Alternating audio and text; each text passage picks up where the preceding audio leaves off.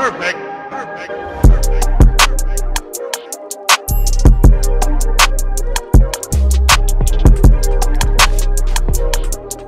Hey sweet babies, welcome back to my channel. If you are new here, welcome. So it's time to kick off my 2020 faves. These may not be products that came out in 2020, but I tried them in 2020 and they made the cut. I have quite a few here, so we're gonna move through them kind of fast, and I will leave any kind of reviews or anything like that I've done on these products in the description box and in the cards. So y'all ready?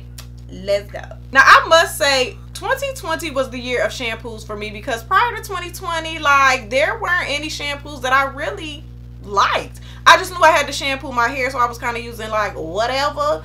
But 2020 made me change my mind about shampoos and made me fall in love with them as well. So we're gonna start off with co-washes, and we're gonna start off with the co-wash that I don't have anymore because it was empty, because it was so good, which is the Soultanicals SheA-YURVEDIC Butter Shampoo. Now it's called a butter shampoo, but it's definitely a co-wash. Softening, moisturizing, slips right through your fingers. Like, it's good. Like, I need SheaMoisture to put that in Sally so I can be getting my hands on it on a regular basis, because all this waiting for shipping for a whole month, like, you know, it deters me from getting it. But if I could get my hands on that on a regular basis, I absolutely would. I also have the rice butter shampoo. I have not used that one, so that might be a fave in 2021. We'll see. But as far as 2020, the SheA-YURVEDIC butter shampoo was a bomb co-wash. The next co-wash is one that I recently used in a new video, and it is the Curlsmith Curl Quenching Conditioning Co-Wash. This was a really good co-wash. I really enjoyed it, the way it felt in my hair. I do have to use a lot of it to get that lather that I like in a co-wash, but that's fine. And I loved it because it really softened my hair.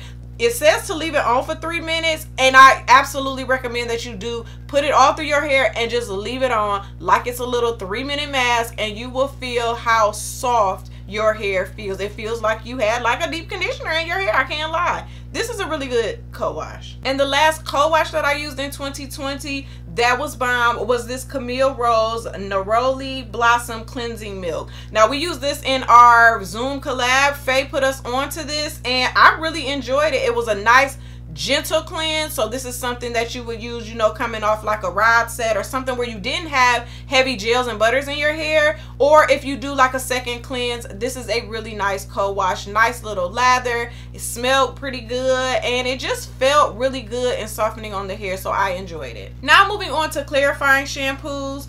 I have 3 of them, and the first one is this Moisture Nourishing Shampoo from Jane Carter. This was not as moisturizing for me as it was clarifying, but it was a moisturizing clarifying shampoo, if that makes any sense. Like, this was a nice gentle clarifying shampoo. A little bit of it goes a long way, so even though it looks like I haven't used much, you really don't need to use much for this. It had a nice lather, and I just really enjoyed it more as a clarifying shampoo. This Egyptian Wheatgrass Cleansing Tea from Qhemet Biologics. This is definitely a clarifying shampoo, and it does make my hair feel squeaky clean. So I know that if I've been using too much butters, too many gels, too much, you know, heavy stuff in my hair, I can use this and it will clean my hair, like clean. And this one is my top favorite clarifying shampoo of 2020, and it is the Melanin Haircare shampoo. This was just a great African black soap shampoo. It clarified my hair, but it didn't strip my hair. It has a great thick consistency, nice lather, and it's just like bomb for a black soap shampoo because it didn't leave that waxy residue in my hair like African black soap shampoos can do. So this was definitely my top clarifying shampoo of 2020. Moving on to moisturizing shampoos, which all the girls love. This Main Choice Exotic Kool-Aid Minty Guava shampoo, it was just the business. It felt good in my hair. It felt even better rinsing it out. It has a great scalp tingle pepperminty action going on, and I love it. It has this nozzle. You don't need too much of it, but mine's is down to here, and I've used it maybe 2 or 3 times. But it's a really good nice moisturizing shampoo, and I'm here for it. Alexis put me onto this, and we thank God. This Hydrate and Repair shampoo from SheaMoisture, Alexis put me onto this one, and I'm glad she did because I really like this. Now what I really like about this, not only is it moisturizing, it has nice nice lather, it has slip, and when I use this, my curls have a real nice definition when I use it. Like the repair thing is in there, like it's some protein or something up in here that makes my curls pop. And that's why I love this one. Next is the Nature's Little Secret Cucumber Nourishing Shampoo. I really love this shampoo. A little goes a long way, and it is nice and moisturizing.